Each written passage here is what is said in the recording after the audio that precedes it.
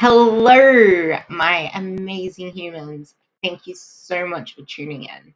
Today, I am actually putting up a replay of episode 179 with Ali Gilbert, and it was such an enlightening chat to the point where I had a couple of girls message me saying that they felt like crying and one actually was crying because of how much it touched them and how much they could resonate. So I really hope that you gain a lot from this podcast. And I'll be bringing back another throwback next week before I get started on the new seasons starting February. I hope you had a wonderful holiday month and getting ready to kick some ass for 2023. I know I sure am. Hello and welcome back to 100% Real with Ruby. I finally have Ali back on the podcast, so you might remember her from when we talked about how much carbs actually improved our body, because we're so used to being told carbs are bad, this isn't good for you, dairy's going to inflame you, don't have anything that's white. Yet so many people are following all of this advice and they still look like shit, just to put it out there. And they're cutting out major amounts of calories, thinking the faster they cut out their food, the faster the weight's going to drop off. But that's something that Ali used to do all the time, and kind of something I used to do all the time. And we both kind of invested in the same coach who probably, I know he did for you as well as he did for me, spent quite a few weeks back and forth trying to get us to actually follow the goddamn plan and to eat all of our carbs and to actually just put them up. But we were so scared of seeing the scale go up. Like, this was years ago. Like, we have come so far, and this is exactly why I have Ali on the podcast, because we are both in the best shape that we've ever been. We're maintaining it. And aside from right now when Ali's dieting for a photo shoot, we're maintaining it on crazy amounts of food. We're getting stronger than ever in the gym. And even though we're not doing crazy crash diets and we're not doing huffy puffy reps in the gym and we're not doing skip rope between our sets, we have not put our weight back on. And this is a thing that we want to spread the message to out there, because something that she says and something that she repeats over and over again is that you need to put in the hard work, but you need to put it into the right places, not focusing on dumb shit. And before and afters, they take a very, very long time, and no one can accept that. And this is pretty much how I want you to introduce the podcast, because before and afters are harmful. They intoxicate the industry, because like, even I can fall victim, not for myself, but as a coach, saying, look at all these before and afters. Like, I need to get more before and afters like that. Like, that was something that I could have easily fallen victim to. And I can imagine that a lot of young coaches, I should say a lot of young trainers, that is why they put out these challenges. This is why they do these drastic, unsustainable methods to get these before and afters to get more clients in. But they don't give a shit what happens after that. And to be quite frank, neither do the clients coming to them. So you can't really blame the trainer themselves, because we go to them saying, we just want this result. We don't care how we get there. We just want this result. And it's easy to do dumb shit for a short period of time, but it's hard to do the right shit to actually last you a lifetime, because we don't want to think in 3 years.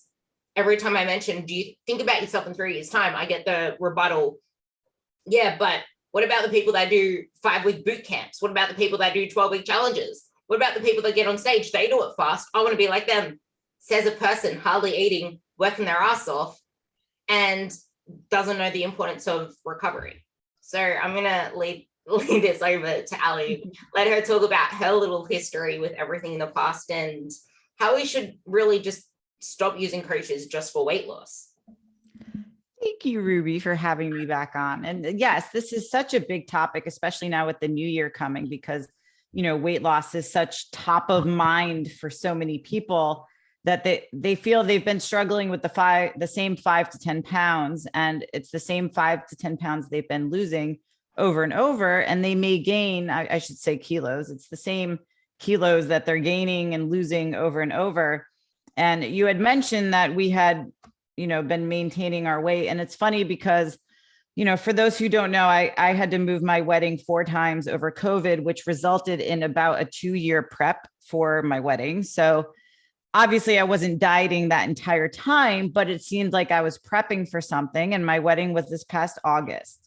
Now I'm doing a photo shoot in January. And so I've actually had a few people say to me, well, when are you going to stop dieting? Haven't you stopped dieting? And I'm like, actually, we took 8 weeks off. I gained almost 5 kilos, but because it was in a way that is intelligent, I did not blow up. So therefore I did not look overly bloated. I didn't look so heavy. If I show you pictures, you might be able to see a difference, but the weight that you gain when you increase calories coming out of a diet is mostly water, mostly glycogen, which is the storage form of carbohydrates. It's not really body fat. So yes, the scale might have gone up almost 5 kilos. I did a DEXA scan. My body fat was pretty much maybe 0.5 more, which is nothing. So for me now, I'm back to 60 kilos. I'm the leanest I've been because we're going to go a little bit further than we did for the wedding, because I did not want to be miserable the week of my wedding. As you guys know, when you diet very hard, you're not the best person to be around and you're cranky and all that. But I'll tell you what, I said to my coach, Luke, the other day, I said, I actually still feel pretty good. And this is the lowest that we've gone with calories, cycling it around. And the thing is, our clients don't necessarily want to look like us. And they don't need to do what you and I would do to get to a certain level of lean. What they have to do is actually a lot easier. But I think most people think they have to deprive themselves of all joy in life. And I'll tell you, most of my clients, I ask them initially, what does your goal mean to you? Meaning, if you say, I want to get shredded, what does that mean? Because to me, veins on the abs means shredded. But to some of my new dads, it's like a 4-pack, maybe a 2-pack with their abs. Some of my female clients just want some visible abs. They all still drink alcohol moderately. They all eat foods that they enjoy. So they're able to live a life that this is a way that they can eat and live sustainably for the rest of their lives. It's not a short-term set diet that happens often in these challenges that you referenced, where it's a very strict diet, very low calorie, very miserable. And when they're done with it, like you said, what is the plan for after that? So before and after photos are great and impressive when it's like a year after. I am not impressed by 3-week before and afters. I'm not impressed by 2-month before and afters. I want to see the after. So the before and after is great. Yep. I'm so glad you can drop some pounds in a couple weeks or in a couple months. What do you look like a year from that? Because if you can maintain that, fluctuate maybe 5 pounds up or down, that is impressive, because most people can't do that. I actually love how you ended on the part about fluctuating up and down, because ever since hearing you say hearing PJ say something actually, which is someone that we both know from online, but it's that when you're maintaining something after you've done any type of fat loss phase, you're not maintaining the same weight. There is no such thing as maintaining the lowest weight you got to, because you got to that weight obviously cutting your calories. And as Ali said at the start of this podcast, as soon as you start to eat more, you're going to have more food in your system, which food has weight. You're going to have more water in your system. You're going to be training harder. And when you train harder and your muscles tear up and repair, they're going to be holding more water. They're going to be holding more carbs. And it's actually a good thing when they hold more carbs, because that means your body can tolerate more carbs. It can use more carbs as energy. But you you didn't do what you did just now. Like, it wasn't, hey, Luke, I'm coming to you right now. I want to get dick skin lean. Like, no one even wants to get dick skin lean to start with. It's like, you think you want to get to this level of leanness, which is something I wanted to say too, because you think you want to get to what we have. Well, it's different with me because I'm not unsustainable like Ali right now. I'm not dieting for comp prep. I'm living life and I'm on like 2,700 calories. She's on like lettuce and ice. Joking. But she's pretty much on nothing. And like, she's doing this through the holiday season. And actually, this is something really important. I'm going to say this again. She's doing this through being around all these monster cakes, being around fudge, being around ice cream, being around all her favorite food. And she freaking loves Oreos, and there's Oreo cake everywhere. Like, she's able to say no to that stuff. She wouldn't have if this was her 5 years ago when she started this journey. And I'll say that again, 5 years ago, not 12 weeks, not 10 weeks. And it's like, you might think you want what Ali has. I'm going to just use her because she's unsustainable right now. You might think you want what Ali has, but as soon as you know what it takes to get there, you're not going to want it anymore. And if you wanted what I had when I was doing my comp prep, say goodbye to your husband, you can give him the boot. Say goodbye to your kids, you're not going to have time to look after them. They might as well be orphans. Like, there are so many sacrifices you have to give up for unsustainable results. You need to stop looking at what is online with these before and afters and actually figure out what is maintainable for you and do it in your own time, because it's not that you can't get to that end result. It's that your timeline is not the same as anyone else's. And unless you actually put in the work in the middle ground, it's almost like when someone wins the lottery, like, you don't know how to, actually, it's better with, I can relate it to like business coaches when they get, well, not business coaches, but like coaches when they get like influencers online, when they go from like 100 followers to like 100,000 followers overnight. It's like, they don't know how to tolerate all of this influx of like comments on their photos, trying to deal with all this stuff. And then if you think about someone that wins the lottery, they don't know how to use that money. They've never used that money before. It's like, you need to actually grow into that person to know how to maintain that body, to know how to live that lean lifestyle. So back to what you said, getting to where you want to be takes a lot more sacrifice and a lot more effort and a lot more awareness.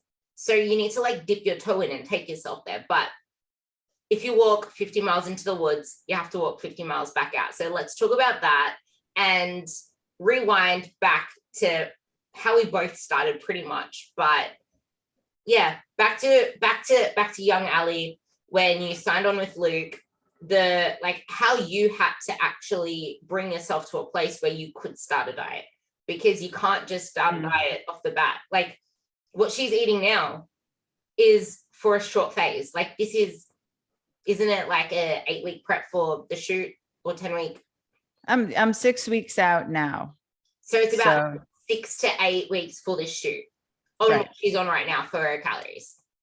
She's getting massive changes. I'm seeing her, like, that 5 kilos she put on, I couldn't even actually recognize it. Like, I didn't even know. You still had abs, which you never had before at that weight. If you rewind back to when she was 65 kilos, she was skinny fat. She had a lot of abdominal fat. She had no muscle mass. Her legs looked really puffy and balloony. Now they look shredded. They look like they squat. They look like they deadlift. She looks like she lifts. And that's 65 kilos, the same weight she was probably 3 years ago, but she looks so much better. Like, this is a thing no one understands. Like, fuck the scale off. Realize that there is so much more that goes to this. But now go back to the calories she's on right now. She was living her life on these calories for years. No results, busting her ass, no rest days. I can't have a day off, on pretty much 12,000, 1,100 calories, and scared of carbs. No changes to her body. Now, she's on pretty much the same calories, but she's shredded. She looks jacked. She looks like she lifts.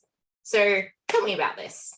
So it's funny that you say that, because I had a woman message me a couple weeks ago, and she was like, I watched your podcast with Luke, which all the photos that Ruby's referring to, I am very public with. I put on YouTube because I wanted people to see where I started from, which was not necessarily overweight by, I would say, normal standards, but to somebody like me, I really wanted to change and I couldn't. And so this woman asked me, when you went to Luke, you were on 1,100 calories. So what are you eating now to look like the way you do? And I said, I don't look like the way I do from what I'm eating now. It's just that what I've done in the past few years has gotten me to this point. So when I diet, we have realized we've had to get me down to 1,100 to really drop some body fat. But, big but here. The key is that I'm at 1,100 for a couple weeks at a time, and I can go up a lot higher without gaining this massive amount of weight that looks like I do, right? Like you said, I still had abs at 64.5 kilos. And I was like, holy shit, like this is unbelievable. So when I came to Luke, I was on 1,100 average for years, which is not a place that you want to live, especially if you're not being, you're not seeing any changes. So I had enough. And I think most people, when they're ready to change, it's when they've tried absolutely everything. And I mean, you've exhausted all opportunities and you've just had enough and you have nowhere else to go.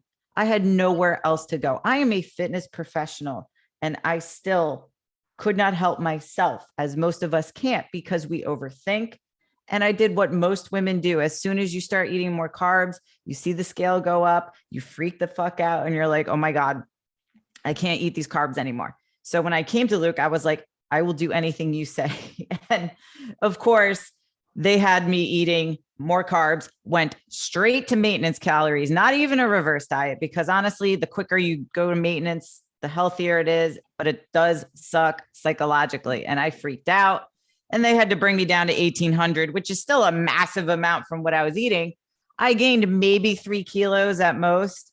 And you have to go through that period of discomfort to get your body safe and ready to be able to drop weight again. Because I'll tell you what, whenever we go into a deficit now, comes off just like that. It takes me about 3 weeks to really see crazy changes versus 3 years trying to see changes. And it's a patience thing. But I think what happens is that obviously marketing is a huge driver of false success. People see before and after photos, they see The Biggest Loser, which I think was probably one of the worst things to happen, is that show, because people were such in a deep deficit, exercising 8 hours a day, which is nothing anyone needs to do or should do. And if you go and look at most of those contestants, they've gained all the weight back plus more, which is what tends to happen with these quick transformations. And so people will maybe lose 10 kilos, but then they'll gain 12 back over the course of a year. And they're like, oh, I have to do this transformation again, or I have to go back on keto because that worked for me. But it actually didn't work if it wasn't a sustainable way of living and eating for you. So understanding that and understanding what somebody's goal is, the proof is really in the communication. And I'm very upfront with clients who want to look a certain way. I tell them, okay, it's going to take exactly this long. Are you prepared for that? It's not going to be quick. And if you're looking for a rapid transformation, I'm not your girl. I can direct you to other people that are a lot cheaper, that can get you there a lot quicker, but you'll only come back. They appreciate the honesty. They appreciate the reality. And most people who come to me have tried this multiple times to where they're like, I just want to feel good. I want to look good, but I understand that my health is huge right now. I've got little kids, or I'm going to be a dad, or I don't want to die, those types of things. So I think understanding where the client's coming from, understanding what their goals are, and then providing them everything up front from a communication perspective, it's going to be very, very beneficial for them, because then they'll understand the journey. There's no surprises and everybody's open with each other. I think this is one thing that you and I, well, obviously, I mean, we have the same mentor, mate, but this is something that isn't attractive to a lot of people. Like I would get on a call with someone and actually say to them, you need to stop chasing this number on the scale. It is doing more harm than good. You need to stop chasing all these things that you hate about, well, actually running away from all these things you hate about yourself, because doing that isn't going to make you enjoy the process. And it's funny how you just said, oh, I gained 3 kilos at most. Yeah, that's talking in retrospect.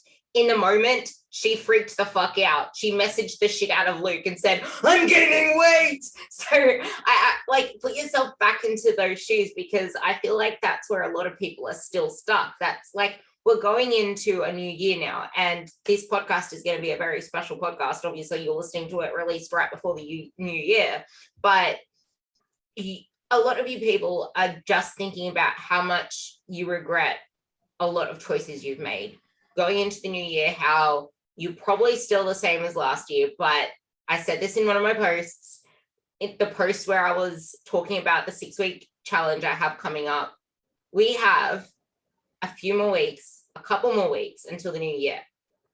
We have a whole year, 365 days plus 2 weeks until 2023. What you do in the next 365 days is going to determine how you feel at the end of next year, reflecting on the year. Are you still going to be in the same situation as you're in today?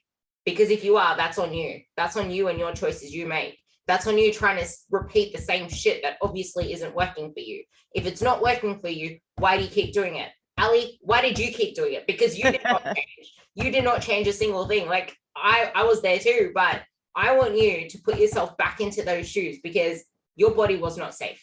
And people do not understand the importance of the body being safe. And I think it's like, it's easy to ignore a lot of the red flags, like, you know, feeling like crap, because I think feeling tired is like, oh, I'm just getting older, I'm stressed and all this stuff.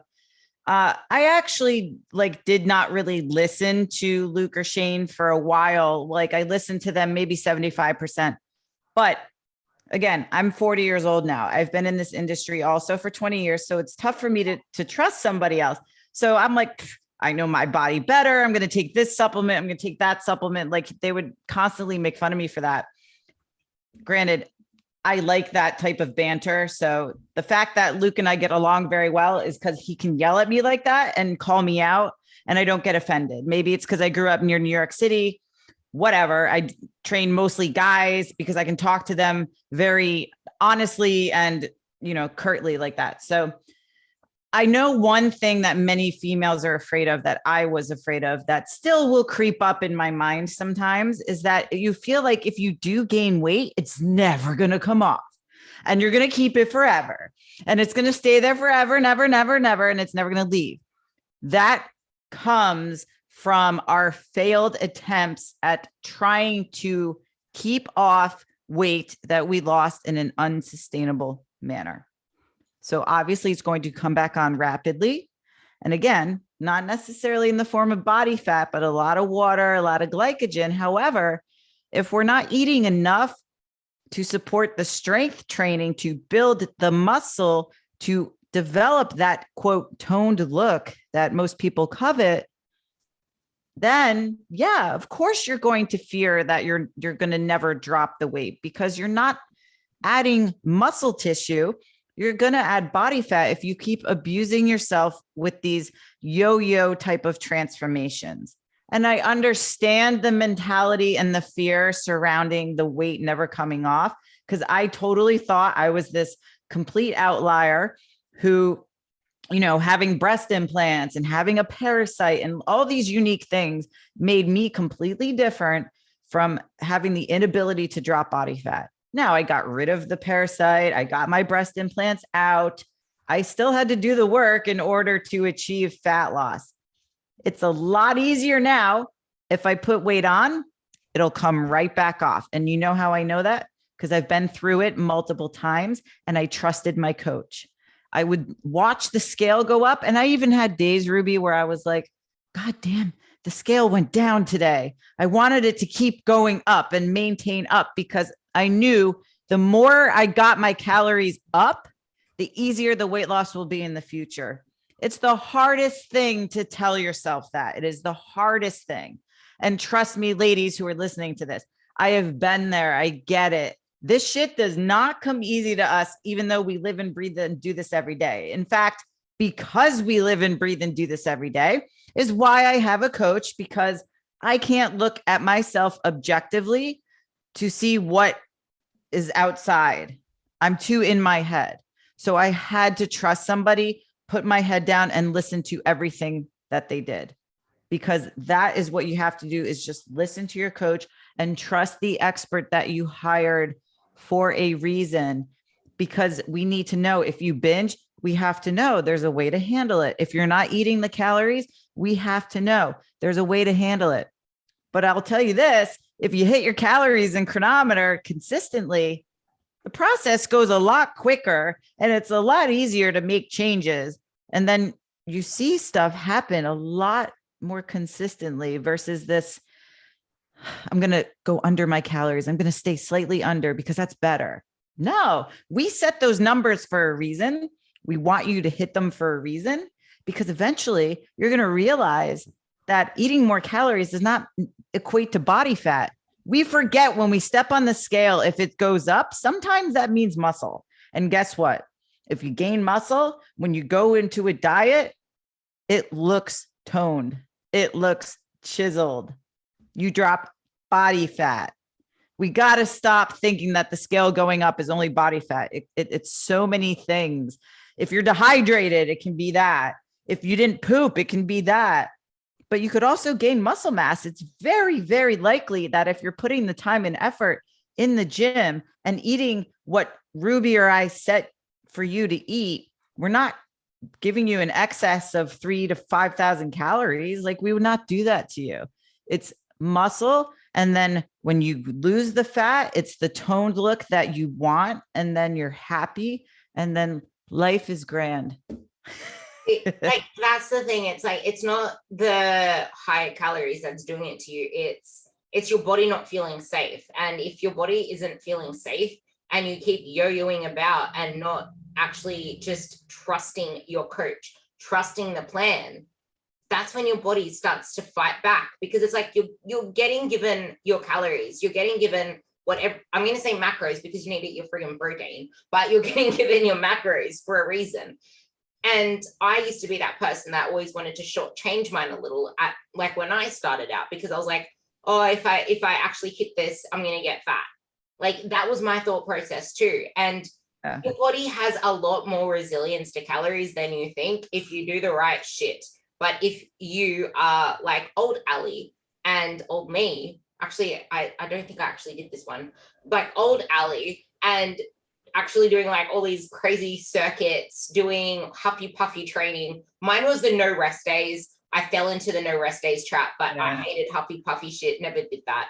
So it's the more that you try to shove onto your body, the more it's going to fight back, and the more that your body is going to actually handle those calories the wrong way. And this is why you can't just say, I want this fat loss phase, when you're not even getting consistent with proper strength training. And you're not getting consistent with what you do every single day. Because if you keep seeking for that fast solution, you're going to look shit. You're going to feel shitter. And like Ali said, it was hard for her to accept this stuff because she's been doing this for years. And a lot of you guys listening to this, if you've been doing the same shit for years, you're probably going to find it really hard to do it again. And something Ali said on a podcast that I'm hoping she'll touch on again is, if you've been doing the same thing for all these years before, and you're saying trying to do it the right way is going to take all these many other years, what's the alternative? Still keep repeating the same shit for the same amount of years and get nowhere, or actually take the right approach and not have to keep going back into this cycle? And something else you mentioned on this podcast with PJ, which I loved, is yes, the importance of consistency and how important it is to reach out to your coach when you're not consistent and when you're struggling, because that's when we need you to reach out to us the most, because you think we know what's going on, but we don't. Like, we do not know this. We cannot see you through our phones. And scale weight sucks as a measure of true body progress. I just want to tack that onto what I said there. But macros also don't need to be so, like, they don't need to change often. Macros should not change often. And maybe you can go more into that as well, because it's almost like training programs. The more, like, it's better to have the consistent and still make results on the same consistent thing, because the more you change things, the more your body's going to adapt to that. And then what happens after that? Like, what actually happens? Oh, yeah. And if you go 5 miles into the woods, you have to walk 5 miles out. if you go 50 miles into the woods and keep repeating the same old pattern, you're going to take longer to come out the other end because it's the same 50 miles you got to come out. Yeah, I think I'll change my clients' programs, I would say maybe between every 4 and 6 weeks, depending on what type of program they're on. If they miss a week or they haven't been consistent with their training, then I'll extend it. I do have clients who have been with me for maybe 2 years where their macros have not changed yet, specifically because they have not hit them consistently. I keep telling them until you can hit your numbers, then that will warrant any type of change. And hey, I was like that too. I was just like, I know better, whatever. It honestly does work. Like when you hit the numbers, then that's when the changes happen. And what might be useful for some of the listeners is that a lot of people who get into coaching with someone don't realize that it is a long-term project, so to speak. So I know it's sexy to sell 3 weeks, you can drop this, 6 weeks, you can drop this. And I'm over here like, hey, like come join me for a year. You'll see, some amazing changes. I would say give yourself at least a year. I think, my friend PJ Street and I both agreed on that. Like, what, it minimal, it takes a year to see effective change. Because not only does it take a few months for us as coaches to get to know your physiology, your habits, your behaviors, how your body responds, but it takes a while for the training to take effect, to see the changes over time. And the more consistent you are, the quicker we will understand how your body works. And then the quicker you'll see changes. But if somebody's not consistent from the start, it makes it a lot more difficult. So a lot of things that my clients have adopted is it's kind of like an identity shift in a way, right? Because they're not like us. They're not fitness lifestyle people. And so if you think about, you go to a foreign country and you don't know anything about the lifestyle, you really have to adapt. So putting ourselves in our client's shoes is very important. It's like, if you go and walk and learn jujitsu or something, you've never learned jujitsu, it's a massive learning curve. So I'm going to do that next year because I have a lot of jujitsu clients. I want to learn what they're going through. So it's learning what our clients are going through, because we can think, all right, when we started, we felt this way. So in our mind, like when we travel or go out to dinner, we know how to find the right types of food, but our clients don't know that. So I have clients who are so proud of themselves because when they travel, they seek out like the protein options in the airport or the protein options, as snacks, which is a huge change from how they used to live. They would just eat whatever is on the menu. People don't know that you could actually be a royal pain in the ass and say, hey, I'm allergic to butter, even if you're not, even if it makes absolutely no sense. Just say like, I'm allergic to butter. Can you please give this to me steamed? Can I get this sauce on the side? Can I get double vegetables? A lot of people don't know you could actually modify the menu and order that way. And it's totally okay. And I tell people that all the time. When you're going out to dinner, they're going to put more oil on things. Log a tablespoon of oil just to account for what they cook with. Oh, yeah, because then that makes sense. So you don't go over your fat. If you're traveling, you don't really have access to the foods that you like or your stuff at home. So I don't know over there, but in the US, we've got grocery delivery services. If you're going to do, I think you guys call it takeaway or Uber Eats or something like that, you can choose healthy options. You can get chicken breasts with vegetables from restaurants. And again, same thing. It might be cooked in oil, but just log an extra tablespoon of olive oil or two to account for what they're doing. Make sure you're prioritizing to eat protein every time you eat. Don't become victim to what seminars are providing. Don't think, oh, I'll just eat whatever the conference has. Get used to bringing protein bars or bringing protein powders. I bring an entire jug of protein when I travel, when I'm dieting, because I cannot rely on the options, even in the US, everywhere. And I will live on protein for 4 or 5 days and it's okay. You won't die. You'll actually feel better because you're going to save money. Number one. Number two, you're going to feel like you did good, and feeling like you accomplished something or that you're staying on your numbers helps to catapult you forward and make more progress, because you don't have that, I failed, therefore I'm just going to go out for drinks and dessert with everybody because I'm already failing anyway, so I might as well keep going. It's kind of like that cheat meal mentality. You know what I mean? See, that part right there, everything you just said there, I'm just like, people listening to this are going to be like, yeah, well, fuck that, because that's not living my life. I'm going to miss out on everything. FOMO this, FOMO that. And it's like, for starters, you can't learn this stuff. You can't learn what you need to do if you're not going to ask the coach for help yourself. Like I said at the beginning, you need to stop using coaches just for weight loss, because we do a lot more than weight loss. Weight loss is like 5% of what we do, because you cannot lose weight if your body is not safe. One, you cannot lose weight if you're not consistent with the basics. Two, I really want to get into the importance of lifting and muscle in this, and also how our physiology is so different, just to like tie everything that we just said together, because it is so important to realize your body's makeup, your hormones, all of that stuff is really important to take into consideration, to just getting a cookie cutter that does not know your unique blueprint. Now, back to what Ali was saying. A lot of people are going to go back to saying FOMO, or they might be like scared of getting judged by other people at the conferences and all this other bullshit. And it's just like, but PJ said this too, not every meal needs to be a celebration. Like, it's not about having, like, it's not about missing out. It's about knowing that food is always there. And if you don't ask yourself, how am I going to feel after this? Like I mentioned this on my last podcast, but I don't know when that one's going to be released, because that was me as a guest on Zarati's podcast. So keep an ear out, not an eye out, for that podcast, because I did talk about this. But I'm very confident in saying, no, I'm a savory girl. I do not like sweet food. Yeah, I actually might like eating sweet food, but I do not like sweet food for what it does to me. It completely kills my appetite signals. As in, all I want to do is keep eating. I feel like crap, because of what it does to my appetite signals, I start feeling gassy, and I don't feel satisfied after it. I don't feel full. And I have a big horse appetite, and I can eat for days. And if I have sweet food, it just doesn't, I can't do it.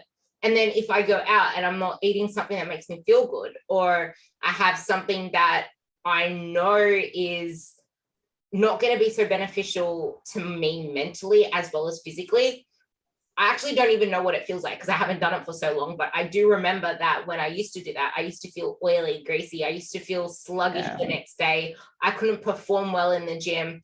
And I just remember that feeling so well that I just don't do it anymore. And if you do not know how good you can feel, how are you ever going to actually like strive for that?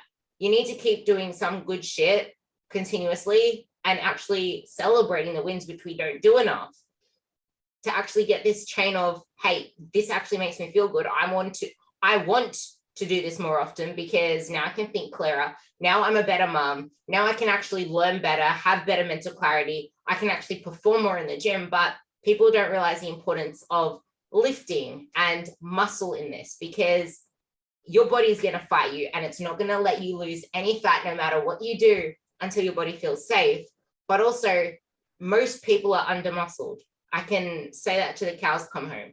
Most women are under muscled. So what's the importance of muscle, and what's the importance of the body feeling safe, and where do the hormones and also stress come into this?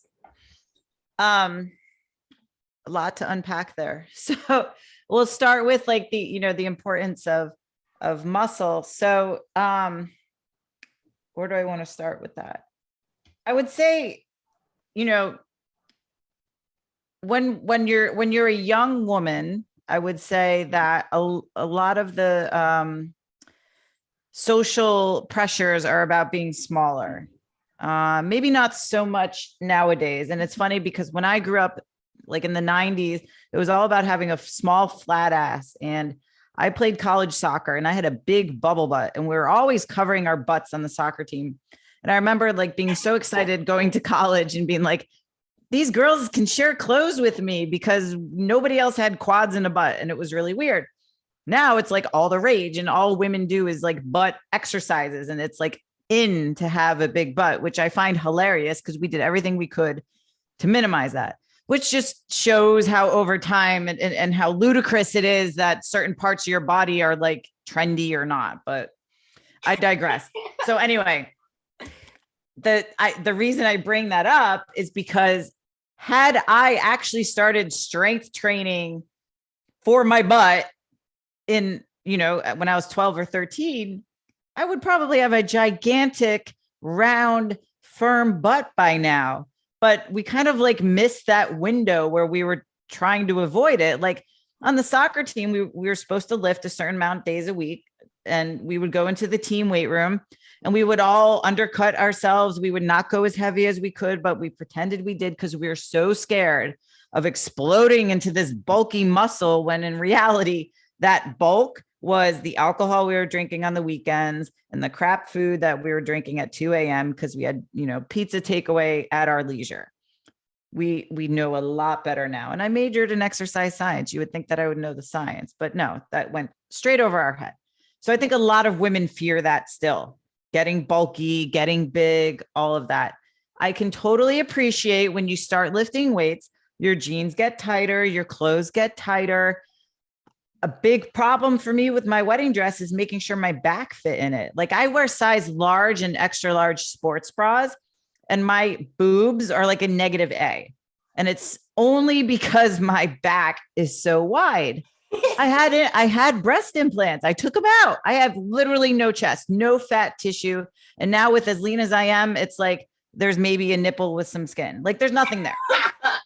And I'm still wearing large and extra large because I have a wide back. And I think it's cool. Now, I understand some women may not think that's cool. Well, guess what I did? I ate a shit ton of calories and did pull-ups every single day on top of a ton of back work. Most people are not going to be at that level. If you want to have those cool dimples in your back, it really only requires 2 to 3 days of lifting, maybe total body, but you're not going to get that skinny fat, soft look that we all don't like to have. The earlier you can start, the better off you will be going into your older years. No one cares about how they're going to feel when they're 50, 60, 70 until they get to that decade. And then you realize, oh my God, we are under muscled as a society, and people die because of lack of ability to sit up straight, to walk, to be able to lift things. People fall, they break bones.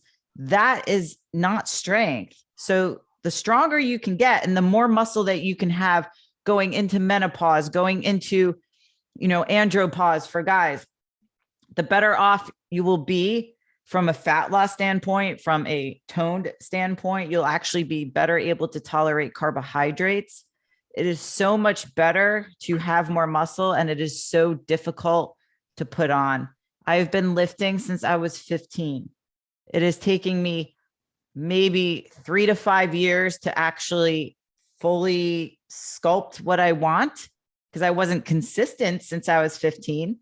And like you said, how my legs used to look 5 to 6 years ago. I played college soccer. I was a junior Olympic cyclist. I should have massive quads and a massive butt like I used to, but they shrunk because I stopped lifting.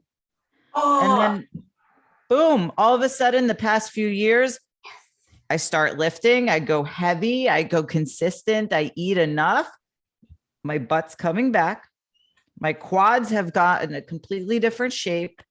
And again, I don't expect people to do what I do, but the take-home message is, if you want to look a certain way, just understand what it takes to get there, and then start doing the things that require that. And part of that is the identity shift I talked about earlier. If you want to look like whatever person it is you have in mind, because everyone has a person that they want to look like, start living like that person lives. So I love Dana Lynn Bailey. I don't know, who some of your clients idolize, but think of like, okay, that whole what would Jesus do stuff, which I'm not a religious person, but whatever. It's the first thing I thought of. Like, all right, what would Ruby do? Or what would so-and-so do in this situation? Would they drink tons of wine? Or would they say, you know what?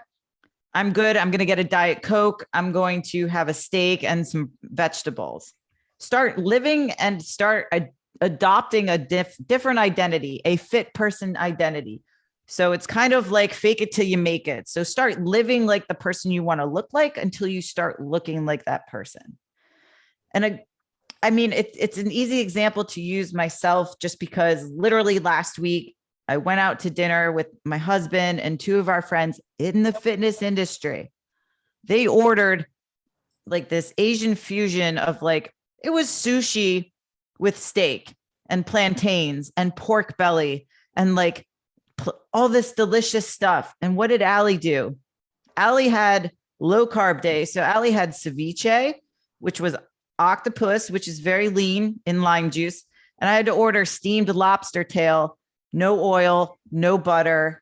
It tasted horrific, but that's what I had to do. And my friend said to me, like, doesn't it kill you? Because I love fried plantains, which are like fried bananas. I don't know if you guys have them, but love them. And to give them away to everyone around me. And, you know, the thought in my head is they'll be there whenever I want them. They'll be there. Just like Christmas food, anything else will always be there. There is not any type of food, unless you're in an exotic location where you're never going to be again, that you can't always have when you want it. So dieting through the holidays, sure, it's not like my favorite thing, but Luke said he'll likely give me a diet break through Christmas week, which I think that's great. It's not a cheat week, but I'll have some more carbs to play with. And then that food that I want, it'll all be there because you know what? The time's going to pass anyway. So you might as well do something productive with it and just start living like the person you want to be like. And just think about the decisions that you're willing to sacrifice and do. And if there's things that you don't want to do, that's totally fine. No one's going to judge you, but just be realistic with the effort that you put in and the results that you're going to yield from that effort. And then it'll be a lot smoother process if your expectations are met with reality. That is like, it's the perfect summary of exactly why lifting weights and building muscle is so important, because like she used to do a shitload of cardio. She did not give two hoots about what protein she was eating. She only cared about the fact that she could get alcohol on the weekends when she celebrated parties. And this is the thing, like the more that you prioritize and put your focus towards building muscle and lifting weights, everything else falls into place, because you don't just create a lifestyle by accident around getting stronger. And this is something a lot of my clients probably struggle with too. In fact, most likely struggle with too. And that's showing up to do at least 3 strength training sessions a week. Like you only have to do 3 or 4 proper strength trainings a week to see the results that you want. Like 3 to 4, that's 3 to 5 hours out of your day to lift heavy shit, focusing on the main shit, not the bullshit. And yeah, Luke always tells us to stop focusing on dumb shit. So it seems to be the thing that we always say, like, stop focusing on the dumb shit. Like you can't expect to have a fat loss phase if we don't even know where you are right now, which is one of the biggest things. Like you do not even have a consistent set point. Like even if you think you're being consistent with food, what about the weekends? What about your strength training? Like you can't say that strength training and building muscle is not a part of your consistency, because the process is not all about food. It's about building muscle. And I want you to actually bring more of that into place, how it's not all about food. It's about building muscle and how that actually assists fat loss. And then bring in how you don't want to, how sometimes you might look worse before you look better, because I know you call it the shit before the fit. And that kind of ties into the female hormones a little bit more, bringing the two together. Yeah, I kind of went on a tangent off that, but you know, it's very easy to drop body fat. It's very hard to gain muscle. So the body fat dropping process is a lot faster than it is adding muscle. And you'll hear people say, well, I add muscle really quickly. And I'm like, that's interesting. How do you measure that? And they don't. So they just go by if they gain weight or whatever, which is why it's so skewed to have just scale weight and not other forms of measurement. And sometimes I won't even have clients just weigh themselves at all. I'm like, just stop worrying about it. And if we can shift the focus in the gym to performance and strength, then it's kind of like, all right, I'm not training for aesthetics or fat loss. I am training to become a fucking badass and be stronger.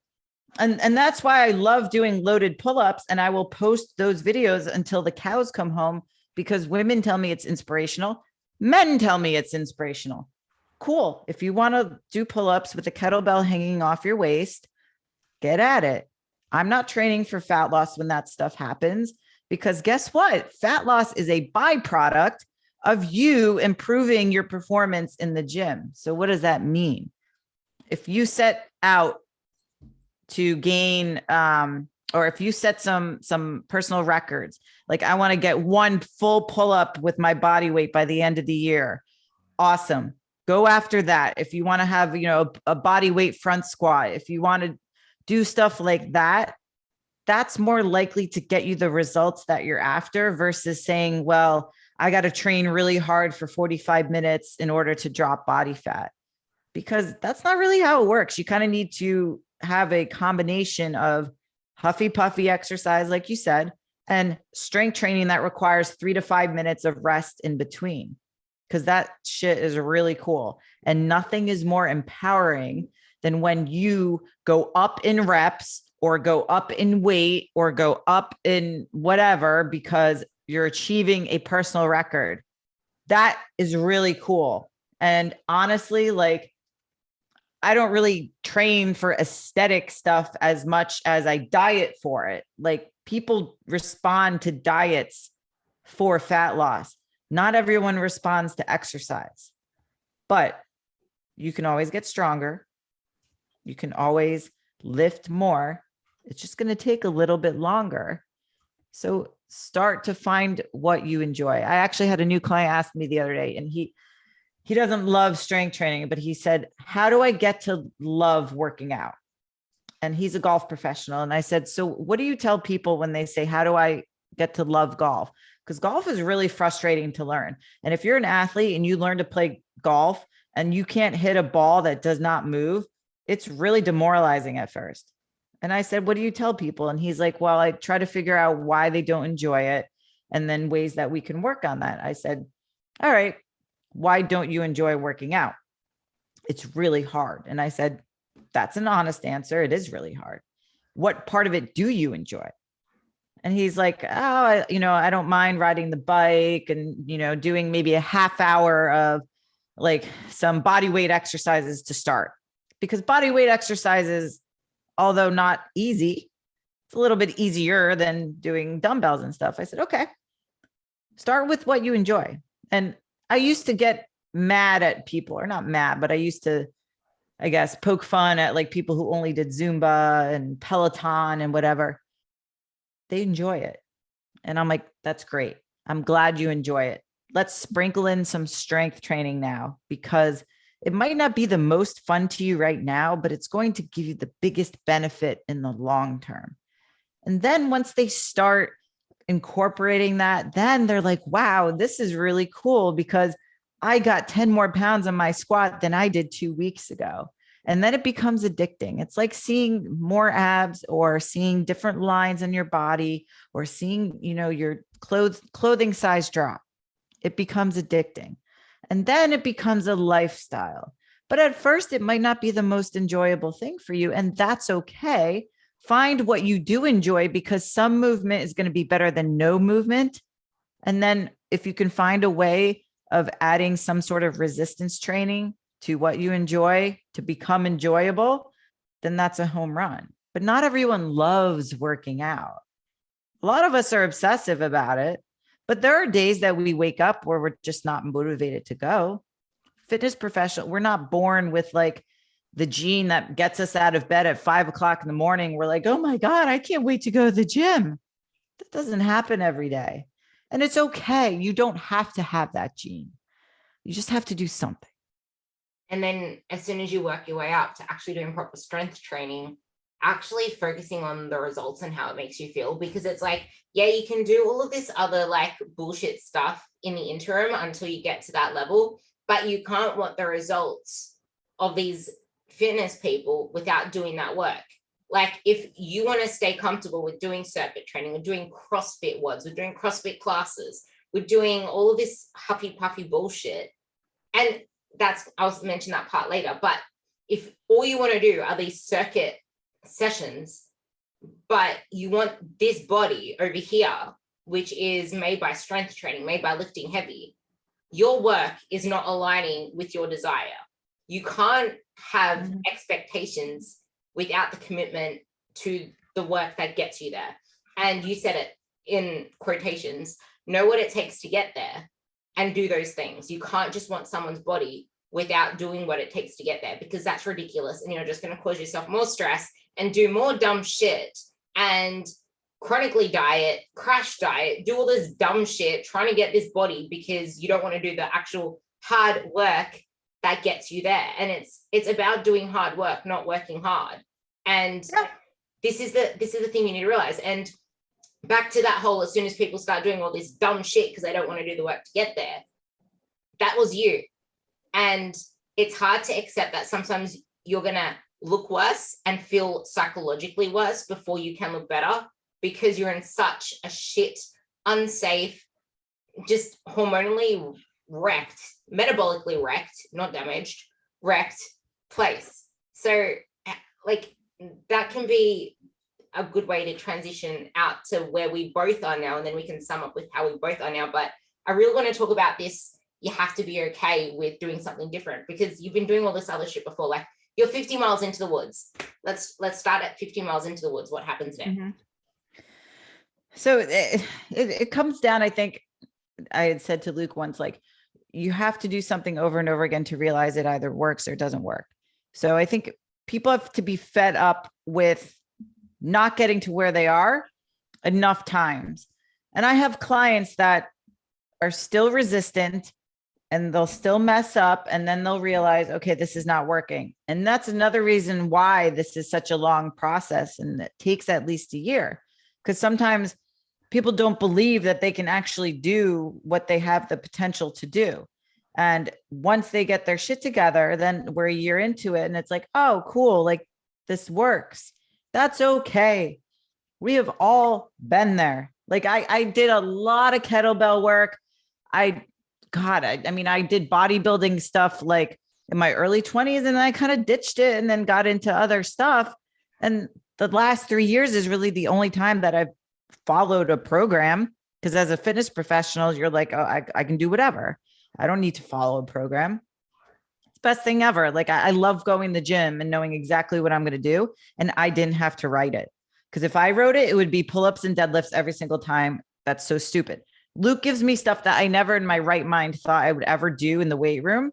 And part of that is because I come from a completely different educational background than he does. And so now I learn other techniques, and the way I program is like a hybrid of what he has done and what I've learned. But I like doing newer stuff why am I doing this? I have no idea, but it feels good and it works. And so I had to put myself through that to understand and appreciate the results that I've finally been able to obtain.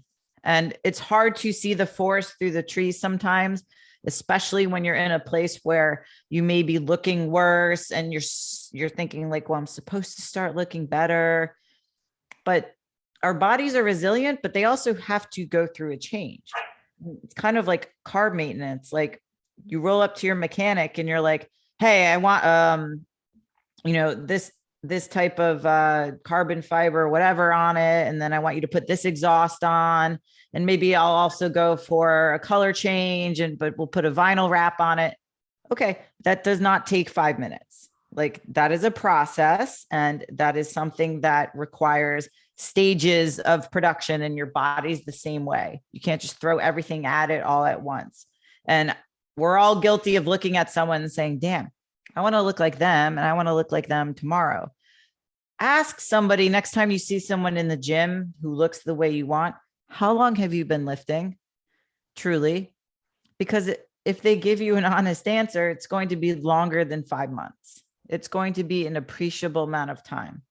And for all the newbies who have not put a good amount of time into your resistance training, guess what? You guys see the quickest results. You and people who have put a very long hiatus on strength training, see the absolute quickest results at first. If you're consistent.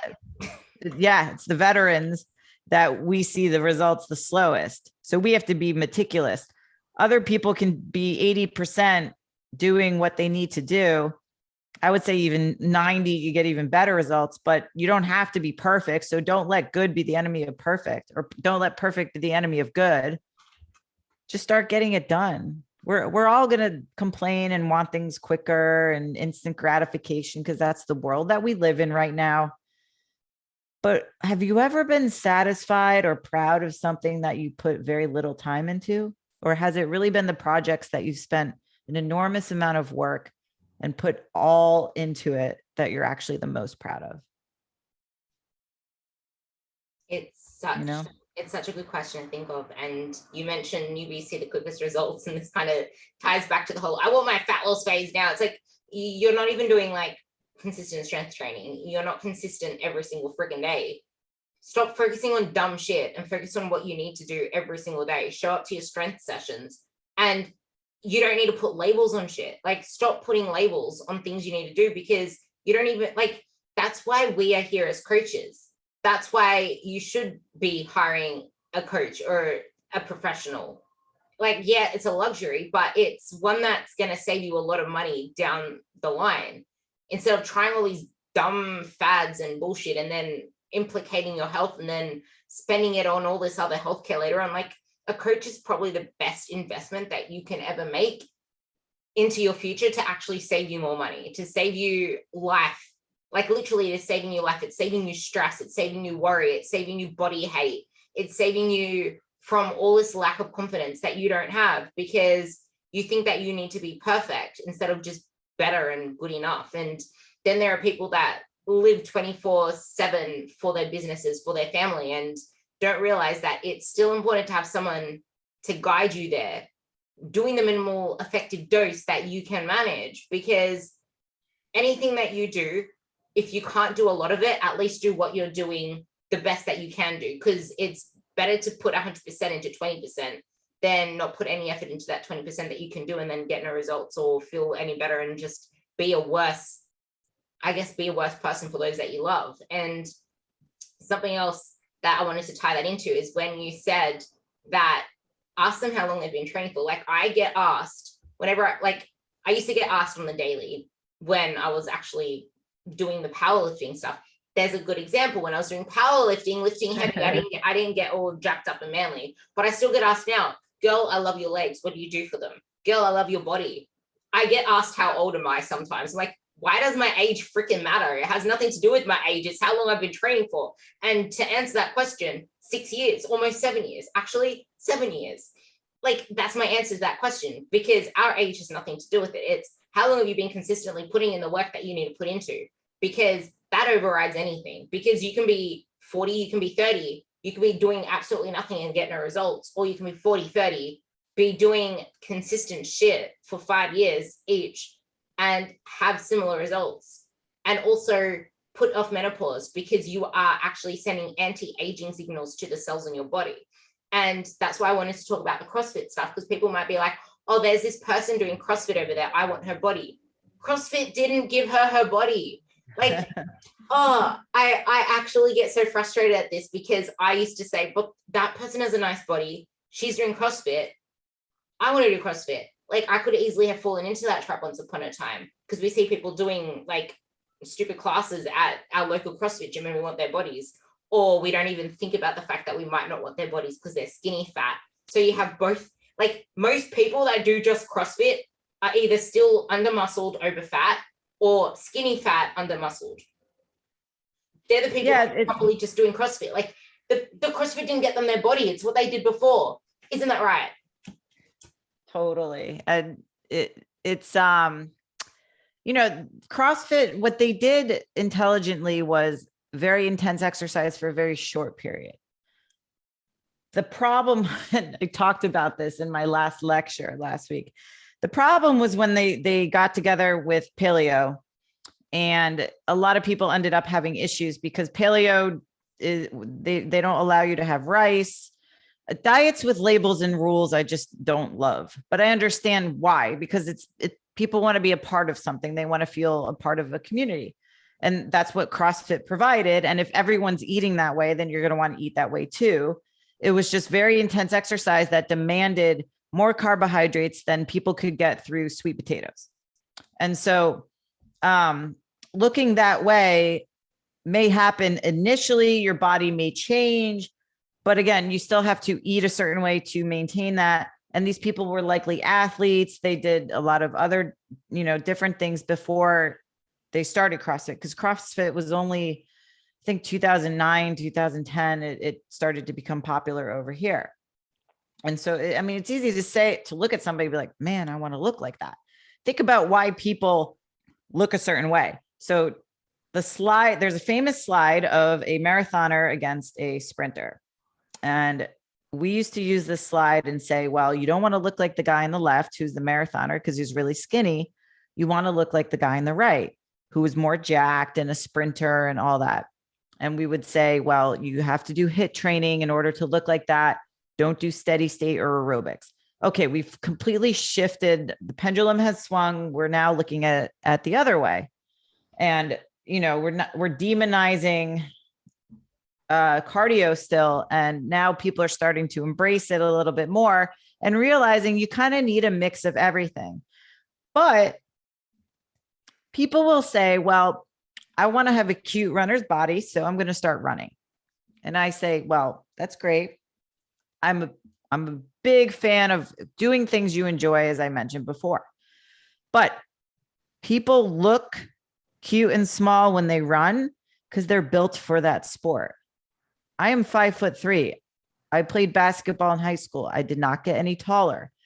Just because you're built a certain way does not mean you can completely reverse your genetics and look a different way. So people are good at sprinting because they're built for sprinting. People are good at powerlifting because they're built for powerlifting.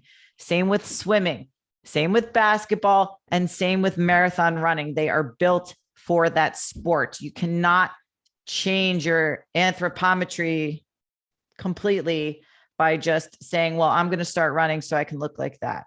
That's not what they look like that. They look like that because they were mostly born like that.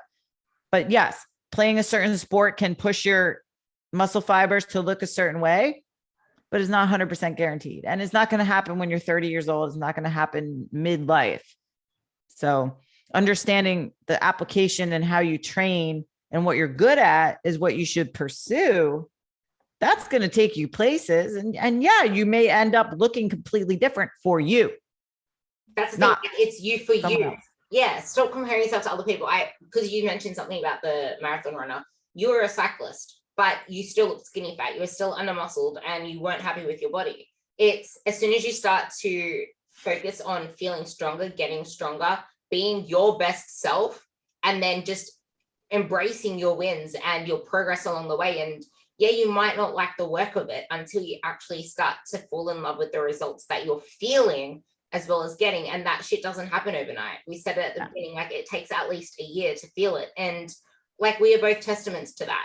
It took her, and it took me 3 months to finally listen to Luke. It probably took you like 6 months, but Luke actually tapered up my carbs bit by bit. At first he wanted me to go from 160 to 350 carbs, and like, yeah, fuck that. So he put me on to 200. And then as soon as I complained about my scale going up a kilo, he told me to stop focusing on dumb shit and told me to increase it another 50. And then he's like, actually, no, increase it 100. I'm like, so I felt like I was looking worse.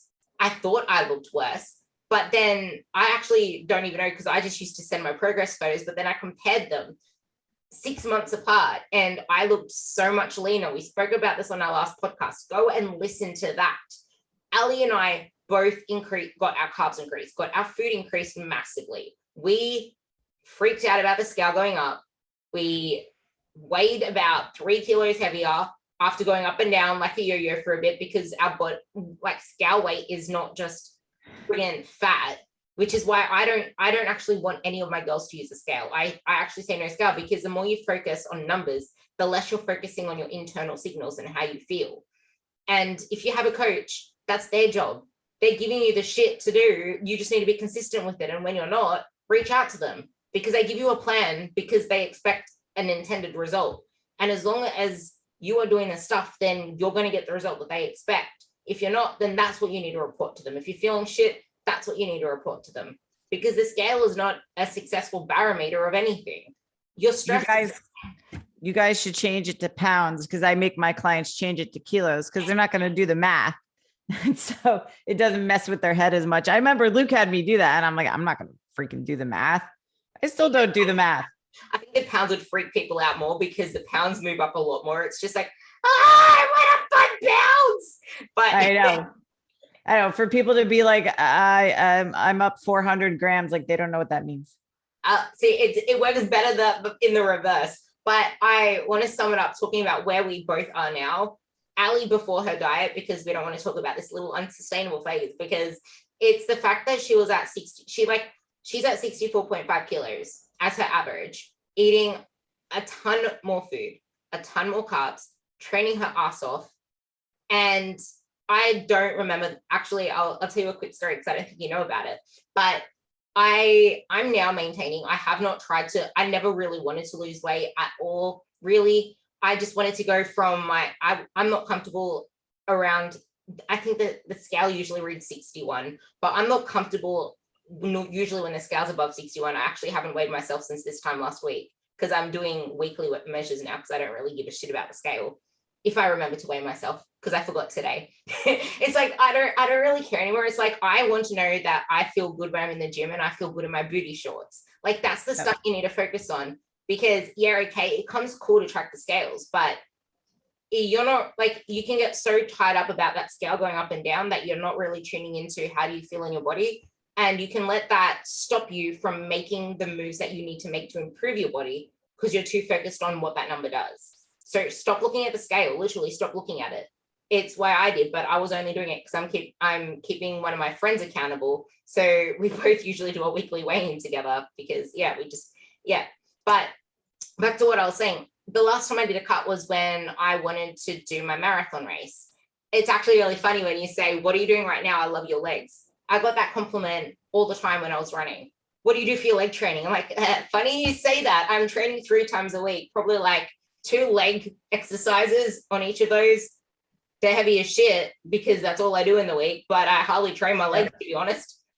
Oh, how do you have legs like that? Mate, it is not what I'm doing now. It's what I've been doing the years before. And I get that compliment all the time. It's like, it's not what I'm doing right now, because right now I'm injured. So I'm doing full body training. So it's still the same shit. But I got my best results when I was doing legs 3 times a week or twice a week and smashing the shit out of them and having 2 to 3 full recovery days, which a lot of people don't take. It's like, stop wondering what people are eating now, what people are training now, because that's not how, like, if that's not how they got there, just like Ali said, like it's not the 1200 that's got her the body that she has now. It's what she's done before. It's not the 2000 and whatever it was before you started this little phase. That is why you have the body you have now. It's all the work you did before. It's dealing with looking worse before you started to look better. Same with me. Like, I've never been able to maintain 2,700 calories just like that. And I don't really have an intention to diet again. I don't want to diet again. I just want to not get fat per se, because I don't want to diet again. I love food. I'm focusing on performance. And once you get to a place where you're focusing on performance, loving everything that you do and just improving, you don't really want to diet again, because no one wants to do that tough shit. And we think we want to do all this tough shit because we hate where we are right now. But like we said, if you do shit the right way, you don't have to keep repeating the same stuff that you hate doing, because there's no way that you enjoy going on a yo-yo, hating all the choices that you need to make, hating all the sacrifices you need to make. Yes, you still need to make sacrifices, but you enjoy making them because you know how it makes you feel. And yeah, there are still some days where I might eat, like if I had too much dairy one day, I hate myself because my gut doesn't shut up. It just goes like, that's why I have, and then I keep forgetting to take my lactase tablets. So it gets worse. Like there's some times where I have too much of something I know is not good for me, AKA dairy, and my tummy gives me grief.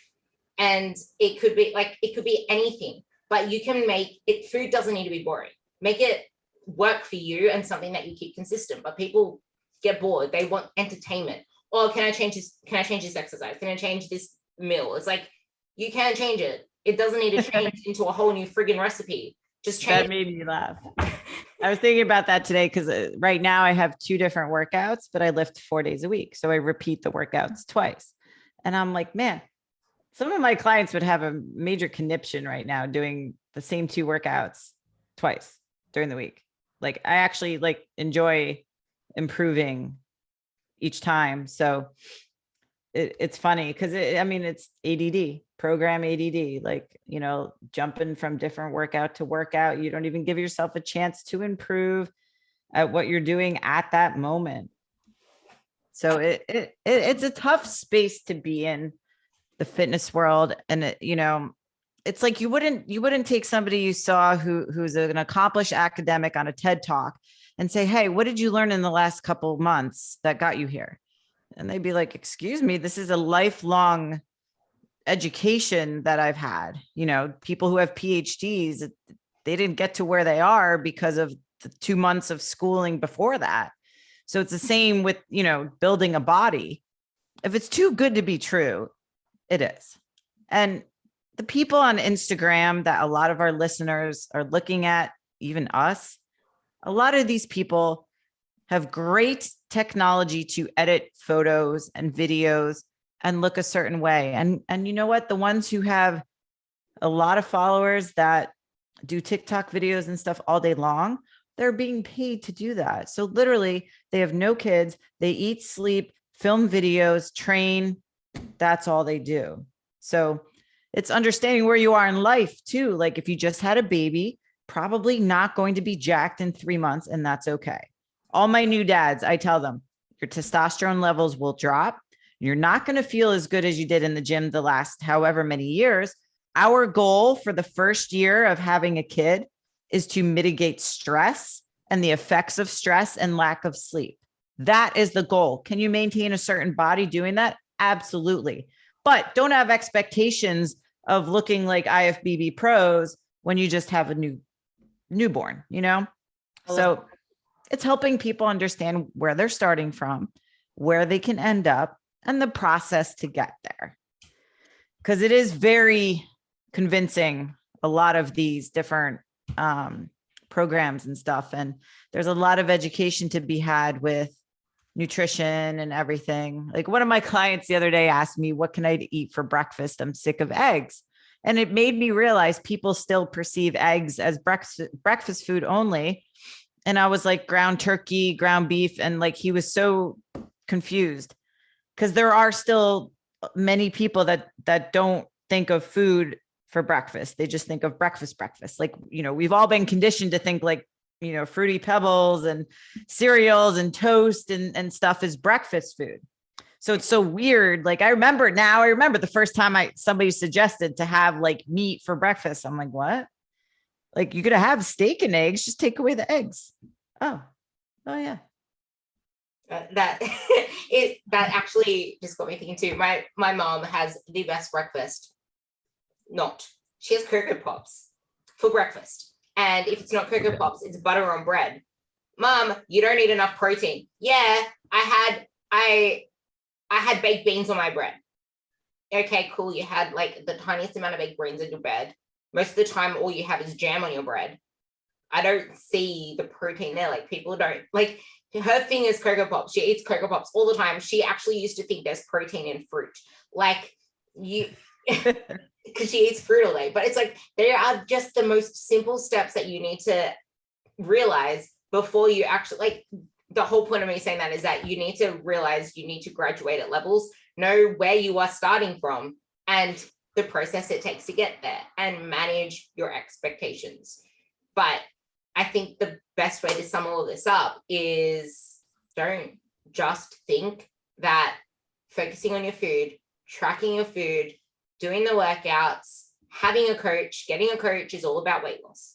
Because if that is all you have a coach for, if that is all you're doing everything you do for, you're never, ever, ever, ever, ever, I'm saying it in certainty, going to see the body that you want.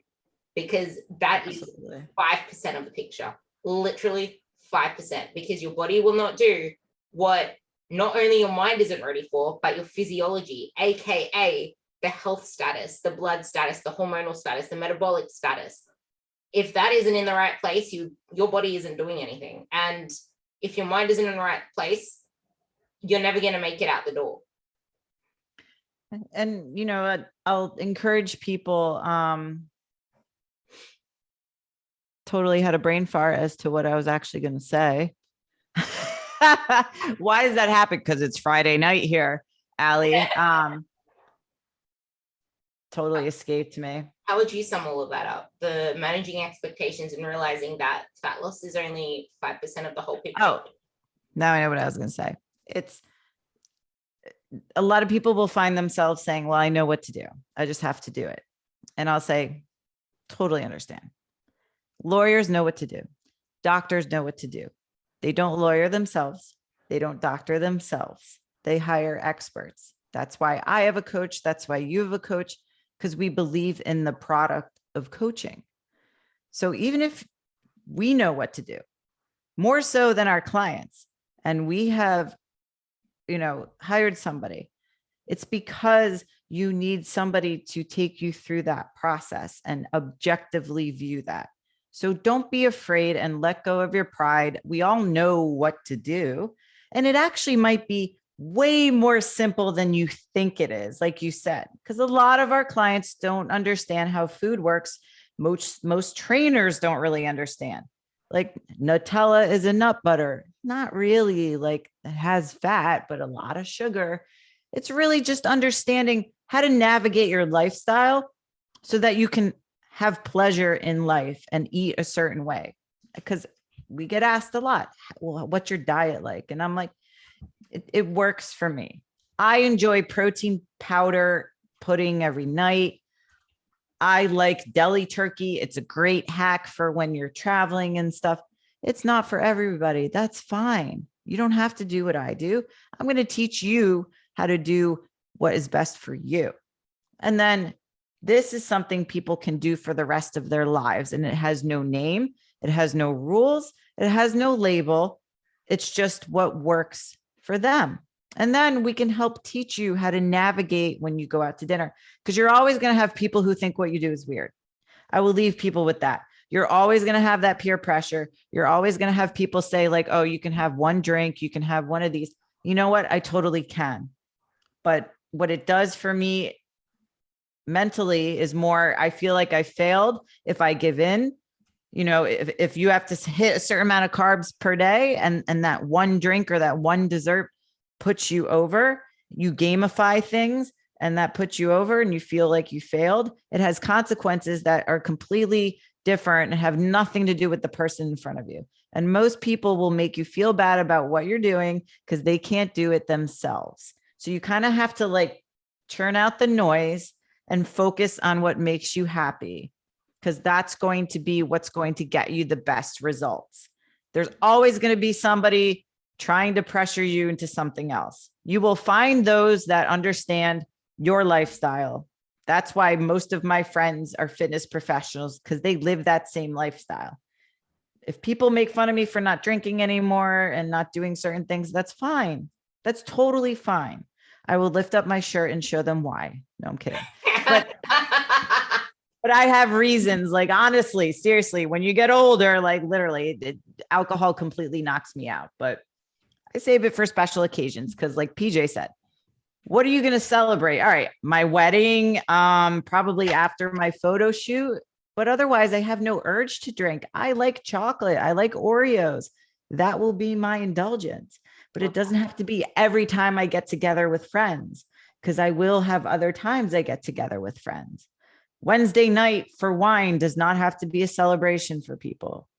So whatever they're willing to give up, whatever they're willing to add in, may not be as crazy as they perceive it, because they see what we do and they think that we're lunatics, which mostly we are.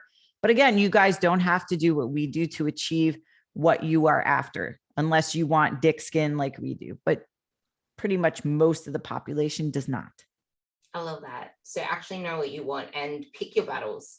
That is the best thing to add this podcast on. So thank you for coming on and just giving everyone kind of like a reality check in more than one way, because I think we all need a little bit more of that in fabricated social media endoused society at the moment. So thank you. And if you're not already following Ali, which I'm pretty sure a lot of you are now, because I saw quite a lot of people I follow following you now, but follow Ali, and I'll have her podcast.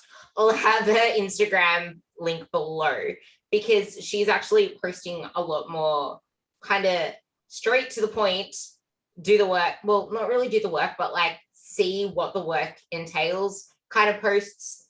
And if you're like filling your newsfeed with bullshit, then that's what you're going to believe. So not only keep your environment ones that facilitate your lifestyle, but keep your social media one that facilitates the person that you want to become, because that's when shit will actually start to happen for you versus against you.